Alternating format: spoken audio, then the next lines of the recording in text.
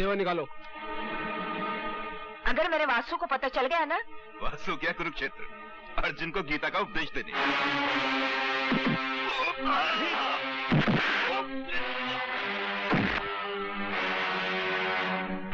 कुरुक्षेत्र से तो मैं वापस आ गया हूं और मेरे होते हुए मेरी मां को कोई हाथ नहीं लगा सकता।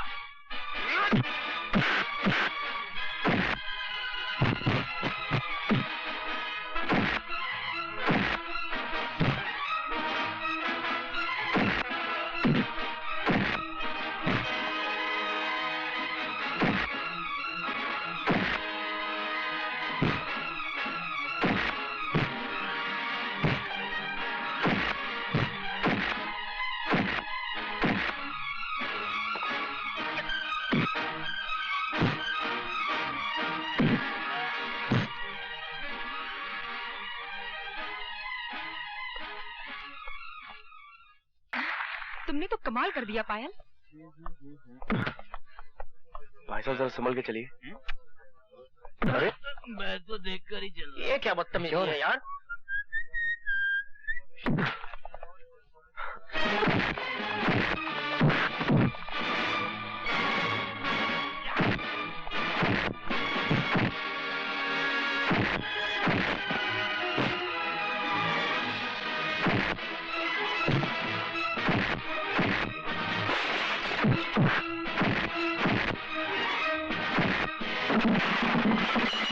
सुखजलाल, मैं अशोक बोल रहा हूँ, आप जल्दी से आ जाइए।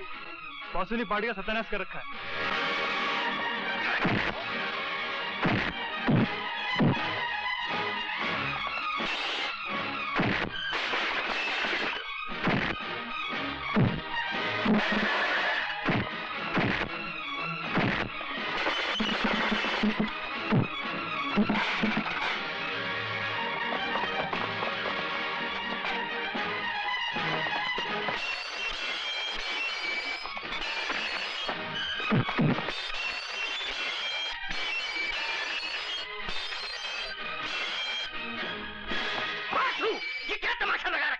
मिस्टर गुजराल, मैंने तो कुछ नहीं किया है। शुरू इन्होंने किया था, लेकिन खत्म मैंने किया है।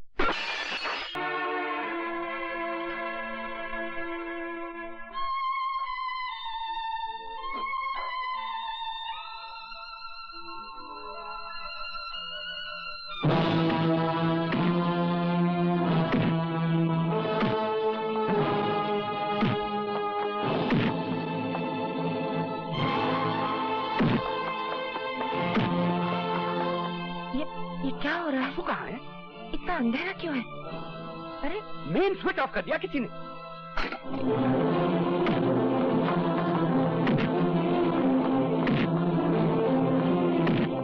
वासु!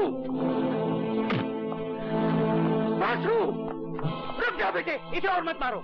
ये अपने आप को डिफेंड नहीं कर रहा, केस बिगड़ जाएगा। ये मुझे धीरेन्द्र ठाकुर का आदमी लग रहा है। वो है बड़ा काइया। कितनी तैयारी के साथ भेजा है इसे। तुम इसे फौरन पुलिस के हवाले कर दो।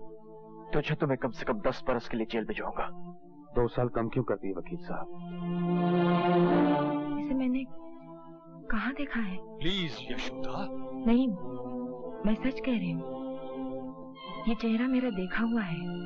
कीर्ति हरामजादे, एक बात अच्छी तरह से समझ ले कि ये इंक्वायरी किसी भी कत्ल की इंक्वायरी नहीं है। ये मेरे बाप की कत्ल की इंक्वायरी है। और आज मैं उनकी कसम खा के कहता हूँ कि सच्चाई तेरे आंतों से निचोड़ कर निकाल दूंगा। वो सुअर के बच्चे, इंस्पेक्टर वर्मा का खून किसने किया था? बोल बोल।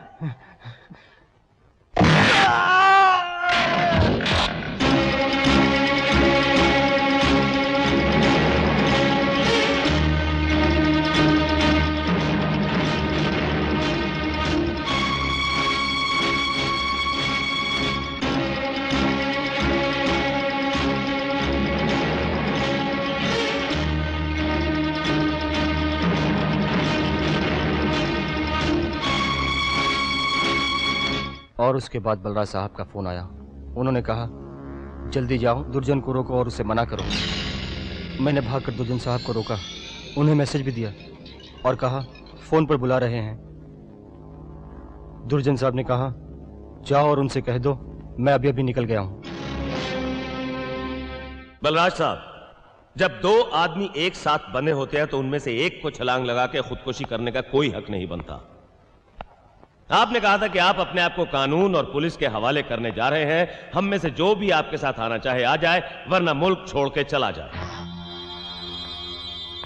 मैंने मुल्क छोड़ के जाने का फैसला कर लिया है, लेकिन एक बात आपको बता दूं, या तो मैं आपसे 5 करोड़ का सोना लेकर जाऊंगा, या आपकी बेटी किरण को अपने साथ ले जाऊंगा। चीखिए, चिल्लाइए मत और पता नोट कीजिए, मेरे पास वक्त बहुत कम है। शाम को 4:30 बजे ओल्ड प्लासिया के मैदान में पहुंच जाइएगा।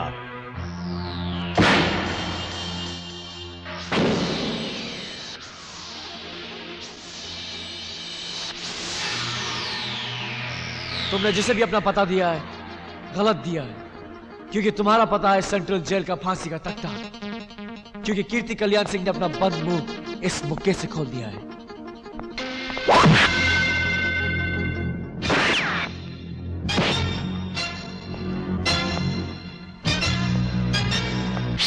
Come on, you bastard! वरना तुझे गोली मारने में मुझे बहुत खुशी होगी। रिवॉल्वर फेंक दे, वरना मुझे भी इसे मारने में बहुत खुशी होगी। अगर मेरे इरादे पे जरा भी शक है तो मेरा नाम ध्यान से सुन ले। पुलिस की किसी फाइल या रिकॉर्ड में पड़ा होगा। नाम है राम सिंह गुप्ती।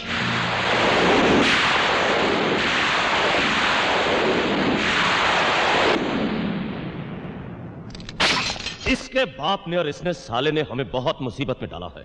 पहले इसे खूब मारो, बाद में इसे खत्म कर दो, क्योंकि ये हरामजादा हमारा सारा प्लान सुन चुका है।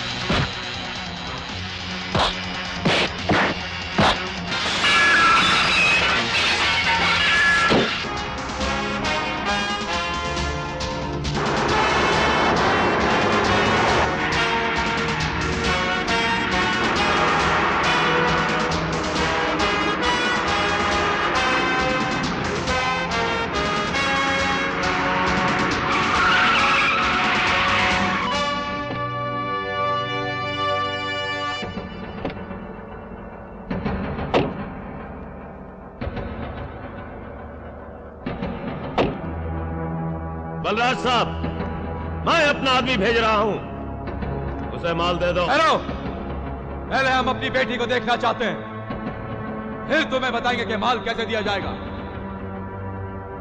दिखा दो इसे इसकी बेटी। ठीक है बेटे, घबराओ मत, मैं हूं यहां, सब ठीक हो जाएगा। देख लो, तुम्हारी बेटी अभी तक जिंदा है, लेकिन अगर कोई होशियारी करने की कोशिश की तो ज्यादा देर जिंदा नहीं रहेगी।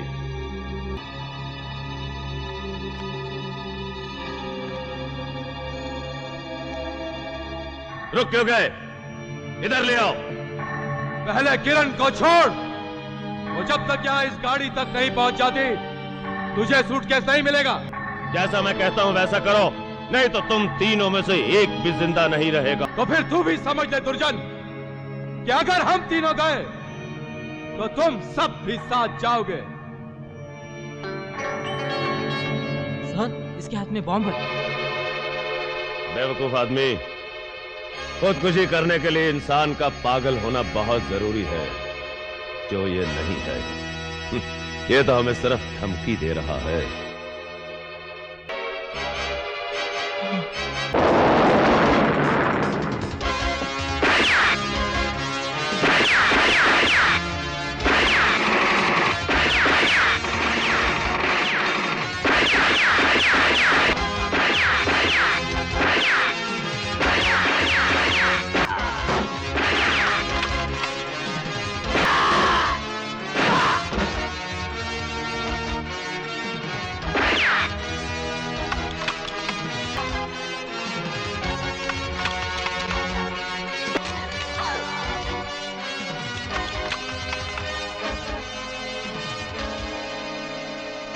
जानता है ना मेरा नाम क्या है? राम सिंह गुप्ती। मौत का दूसरा नाम राम सिंह गुप्ती। सुना नहीं ना कभी ये नाम? हाँ, ये नाम सुना था, अपनी माँ की दुखों से भरी कहानी में, और आज मैं उसकी कसम खा के कहता हूँ कि मैं इस नाम को हमेशा हमेशा के लिए मिटा दूंगा।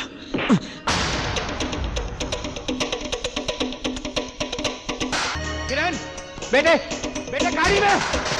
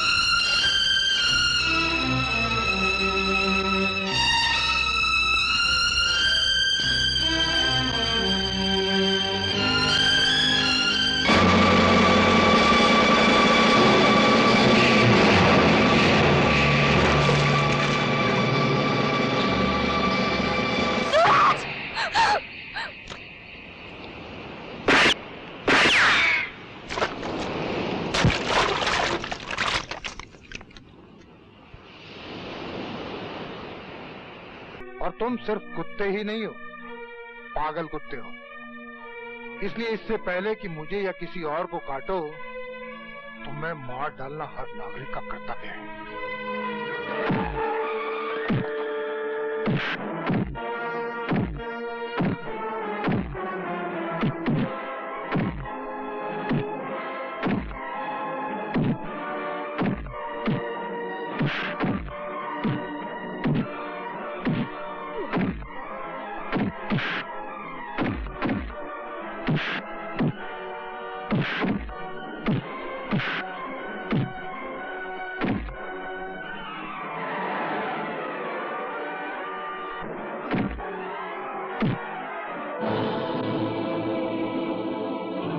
बस हुक्के की हवा निकल गई, लेकिन मैं सिर्फ तेरी जान लेना नहीं चाहता। मैं ये चाहता हूं कि तू तड़प तड़प कर मरे। गुजरने वाला हर पल तुझसे कहे कि यमदूत तेरे पीछे पीछे आ रहे हैं। एक कलंदर से सुनी हुई एक कविता याद आ गई। सब ठाट पड़ा रह जाएगा जब लाज चलेगा बंजारा। मैं तो चाहता हूं कि तुम पल पल करके मरो, जैसे गागर से बूंद बूंद पानी टपकता है और फिर गागर खाली हो जाती है। हाँ तो बताओ सिंह साहब, तुम्हें पहली गोली कहां मारे? रखना ठीक रहेगा?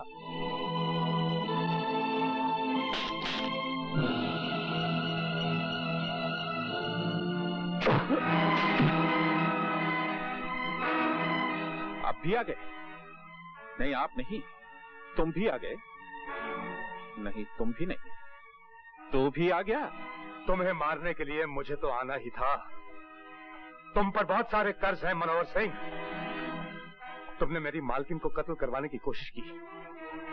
तुम्हारी वजह से ये दर बदर हुई और एक शून्य में जीती रही।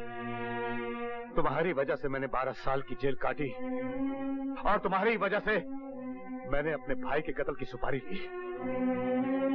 तुम्हारे पास जिंदगी भी एक है और मौत भी एक है। कैसे उतारोगे इतने सारे कर्ज? देखो तुम्हारे सारे कर्ज खुआ खड़े हैं। जिंदगी में पहली बार बगैर कोई फीस लिए मैं तुम्हें कुछ लीगल एडवाइस दे रहा हूं। जी चाहे तो मान लेना। तुमने कभी ना कभी हम सबको घायल किया है, हमें नहीं तो उन्हें जिन्हें हम चाहते हैं। इसलिए तुम हम सब के मुजरिम हो mister Singh. Now give the law chance, कानून को मौका दो एंड सरेंडर। सरेंडर? और मैं? तुम तो बड़े बेवकूफ निकले मिस्टर गुजराल। लगता है कि दुप्पल में वकालत चलाई है। मैं अकेला दिखाई दे रहा हूं तो तुमने मान भी लिया कि मैं अकेला हूं। मेरे पास सिर्फ ये 2 ही हाथ नहीं है मिस्टर गुजराल, मेरे पास सैकड़ों हाथ है। मैं खुद कानून, और ये तुम सबकी सजा मौत की खड़ी है।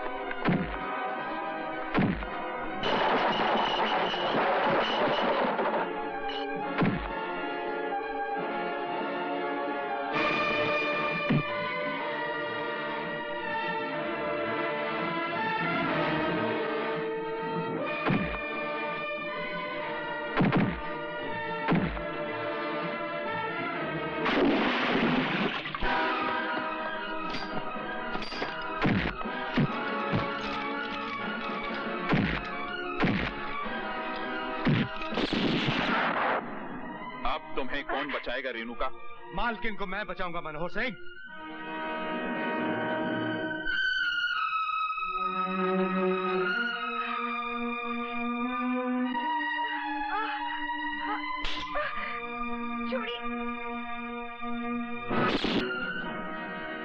भैया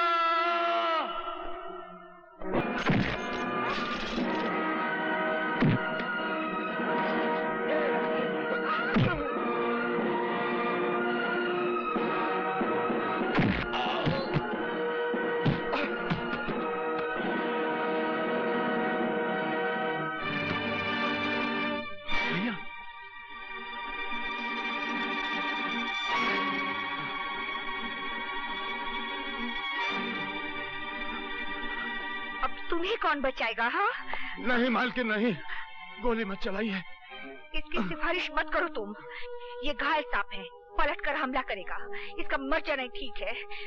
मालकिन ये तो आपके पति हैं। तभी तो मैं इसे अपने हाथों से मारना चाहती हूँ। इसकी विधवा कहलाने से भी मेरा अपमान ही होगा, मगर वो अपमान इसकी पत्नी कहलाने से बहुत छोटा होगा। जरा सोचो तो, ये वो है जिसने अग्नि को साक्षी मानकर मेरे मान, सम्मान और मेरे जीवन की रक्षा करने की शपथ ली थी। मगर वो तो सब ठीक है मालकिन, लेकिन आप तो नारी हैं और नारी पृथ्वी होती है मालकिन। जीवन के अनुकूल की रक्षा करने वाली, जीवन के अनुकूल को पालने वाली, जिनाने वाली। अगर नारी जीवन की रक्षा करना छोड़ दे मालकिन, तो मानव जाति का कोई भी भविष्य नहीं रह जाएगा। इस आदमी को जिंदा रहने दीजिए मालकिन। इसका दंड यही होगा कि ये जिए, जीवन का पल पल मौत से भी ज्यादा जहरीला हो, ज्यादा कड़वा हो। ये तो मिलन की घड़ी है मालकिन। इस क्षण के माथे पर इसके मैले खून का तिलक मत लगाइए, मत लगाइए मालकिन। रवि, हथकड़ी लगाओ। चलो।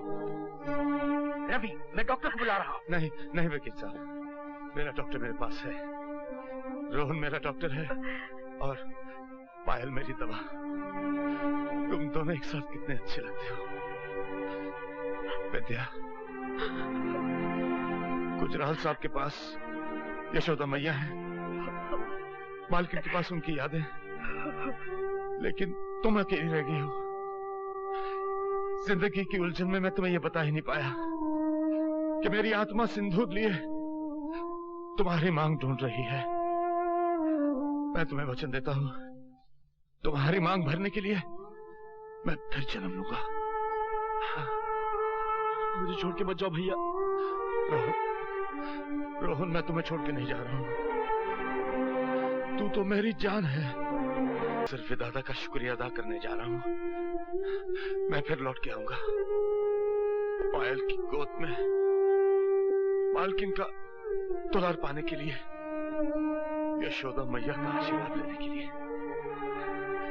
रो मत रोहन, तुम मुस्कुराते हुए बहुत अच्छा लगता है। मैंने भगवान का तो कभी दर्शन नहीं किया भैया, लेकिन अगर उन्हें कहीं देख लिया तो फौरन पहचान जाऊंगा, क्योंकि वो आप ही जैसे होंगे।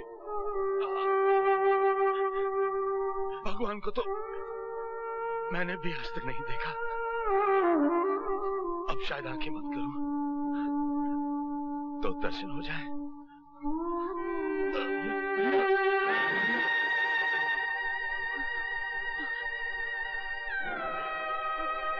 भैया